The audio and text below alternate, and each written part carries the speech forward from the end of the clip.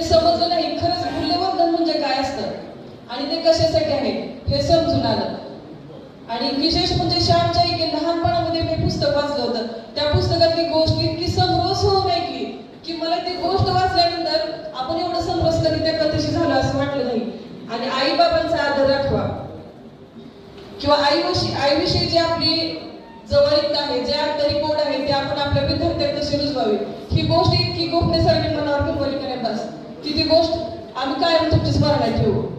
आणि इथे जे प्रत्येक सत्र झाले प्रत्येक सत्रातून काही ना काहीतरी घेण्यासारखंच होतं. आणि असं म्हटलं जातं की प्रशिक्षण म्हणजे नवीन शिकण्याची संधी असते.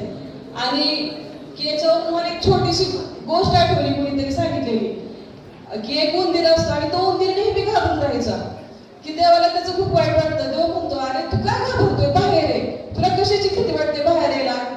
तर उंदीर म्हणतो की मला मांजराची भीती वाटते. देव म्हणतो ठीक आहे, तुला मी आता मांजर बनवून टाकतो. देवाने मांजर बनवलं तरी सुद्धा तो बाहेर यायला नको म्हणतो. आता सुद्धा देव म्हणतो अरे तुला मांजराची भीती वाटत होती, आता मी तुला मांजर बनवलं, आता तरी बाहेर येतो. तरी सुद्धा तो म्हणतो देव मला खूप भीती वाटते बाहेर येण्याची, आता मला कुत्र्याची भीती वाटते. तर देव म्हणतो ठीक आहे, कुत्रा बनवतो.